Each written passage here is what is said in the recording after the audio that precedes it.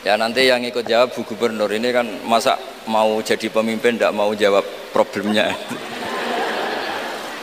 Udah datang pakai helikopter, ada pertanyaan nggak mau jawab.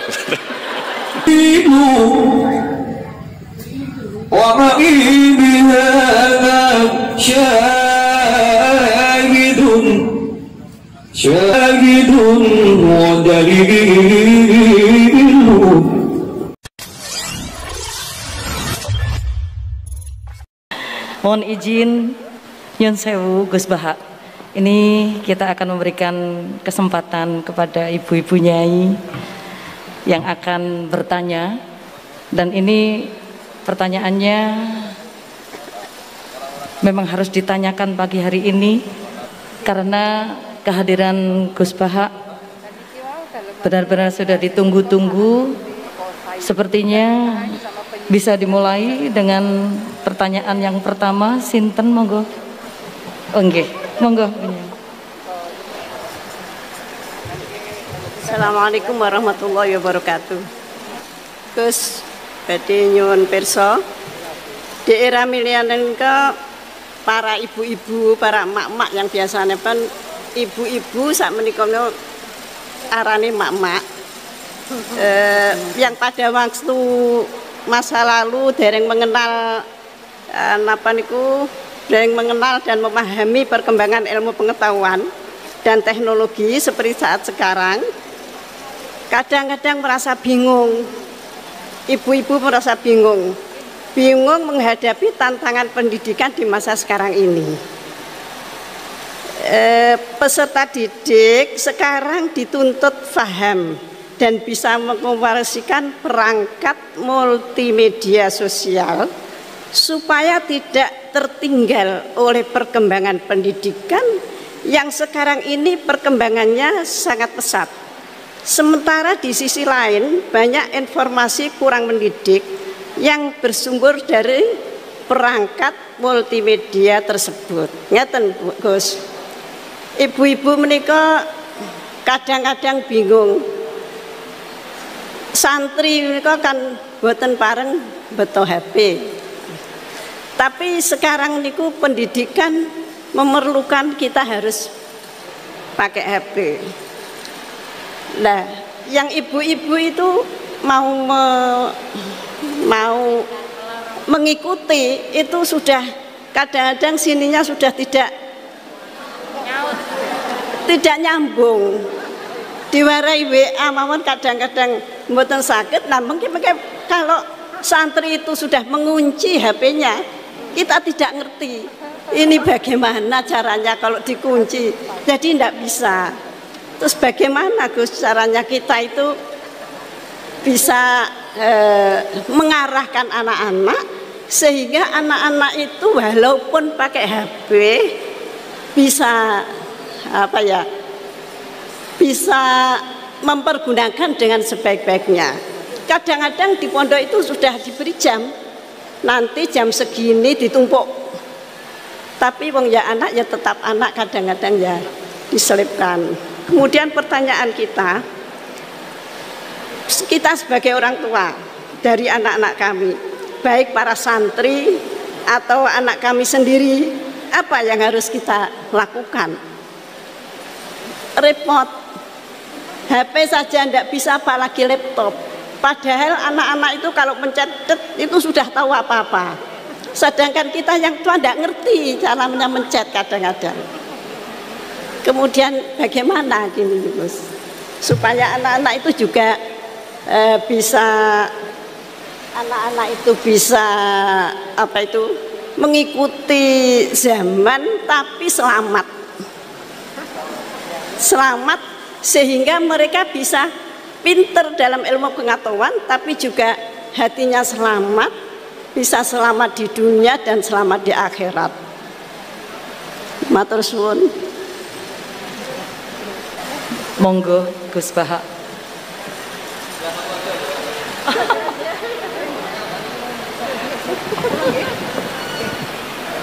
Sinten kula? Nggih. Ingkang ngutus Gus Baha kula mboten wantun nolak nggih. Assalamualaikum warahmatullahi wabarakatuh. Gus, sekarang di pesantren-pesantren itu banyak para ibu nyai yang memiliki peran lebih besar dalam mengasuh para santrinya dibandingkan peran Pak Yai.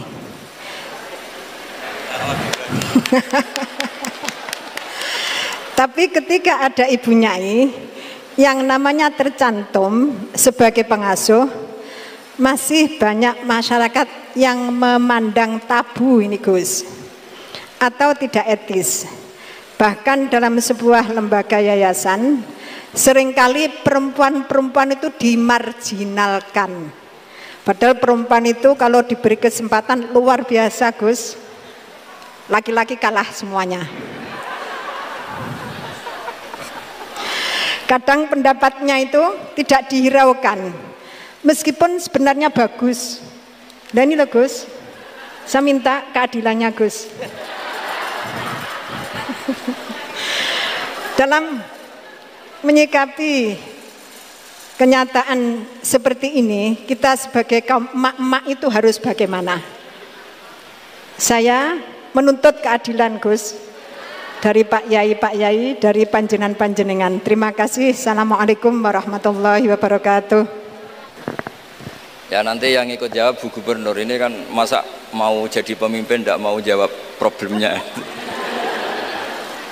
Udah datang pakai helikopter, ada pertanyaan nggak mau jawab. Saya ini ganjarannya sudah terlalu banyak, 5:30 sudah datang, nanti diminta ikut meletakkan batu pertama ya. Oke.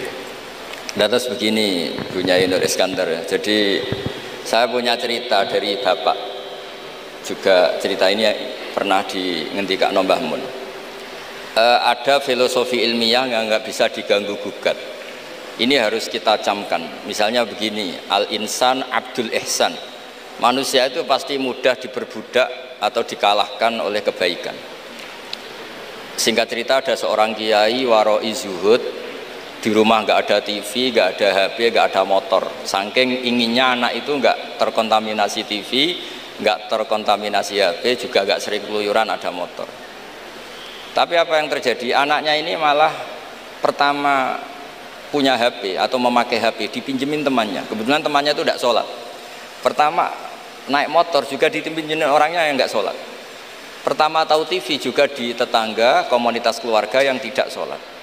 Sehingga perasaan anak ini hanya punya utang jasa sama orang yang tidak sholat. Lama-lama kenangannya apa? Ternyata orang yang tidak sholat itu lebih manusiawi ketimbang yang sholat. Singkat cerita anak ini akhirnya nggak sholat. Ketika anaknya itu nggak sholat, orang tuanya itu coro Jawan itu tobat, minta maaf sama bapak, sama saya, era kiai saya minta, karena melihat Mbah Maimun itu di rumahnya ya ada TV, bapak saya di rumah ada TV, juga ada motor. Ketika sowan, walhasil intinya diceritain kenapa banyak kiai alim yang longgar, di rumah ada TV, ada HP, ada motor. Ternyata karena jangan sampai anak kita pertama merasa utang jasa itu sama orang lain. Nah, kalau orang lain ini yang orang nggak bener bisa berabe kan. Nah pondok juga gitu, kalau terlalu ketat HP, terlalu ketat apa, ternyata HP ini barang mewah, barang wow, kebetulan yang nilai orang lain, dan akhirnya santri ini merasa utang jasa sama orang. Nah ini ya kalau orang lain ini tepaan orang soleh, kalau enggak. Makanya ibu-ibu juga situ, senyum tuh barang mewah, ternyata bapak-bapak kenangannya sama bakul kopi, tidak sama istrinya. Akhirnya yang diingat ya bakul kopi, karena senyum itu mewah. Ini sekaligus jawab pertanyaan yang enak, minta keadilan. Saya juga minta keadilan. Ya itu sudah komplit, jawaban itu sudah. Pokoknya kita kondisikan al-insan abdul ihsan. Jadi itu tidak bisa ndak. Makanya ngelola anak-anak itu ya harus hati-hati, ngelola istri, ngelola suami, ngelola komunitas masyarakat. Kenapa kiai itu harus dermawan? Kenapa orang baik harus dermawan? Kalau yang dermawan orang fasik, pasti orang fasik ini yang punya pengaruh, karena al-insan abdul ihsan. Makanya ini kembali lagi ke kitab Ar-Risalah tadi. Saya berkali-kali kalau ngaji bilang, tasodaku walau bitol koti wajin. Kamu disuruh sodako meskipun senyum. Senyum itu dalam fikih formal dikatakan sunnat. Tapi dalam konteks sudah kompetisi itu bisa wajib. di rumah nggak pernah ada senyum, di warung kopi ada senyum terus. Kira-kira menang mana? Sama. Ketemu preman, disuguhi kopi, senyum. Sowan kiai diamu itok. Akhirnya masyarakat mau ke preman karena di sini lebih dimanusiakan ketimbang kalau sowan kiai dimarah-marahin tok.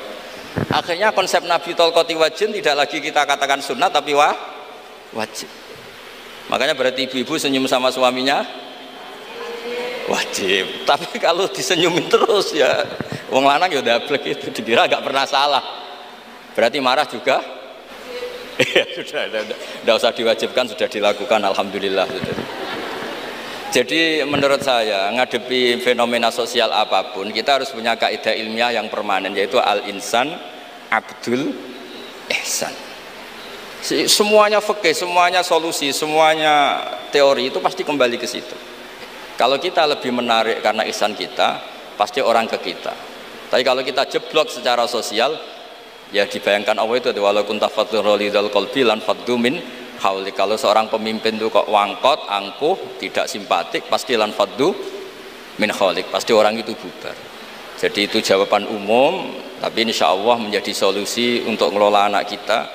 Saya sampai sekarang itu ya biasa ngedusi anak saya, jalan-jalan sama anak saya, supaya utang jasanya anak itu sama orang tuanya.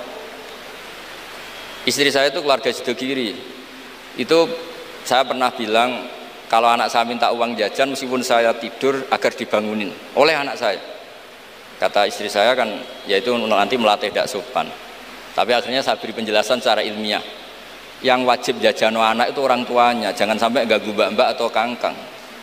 Sehingga korbannya ya harus saya, bukan orang lain.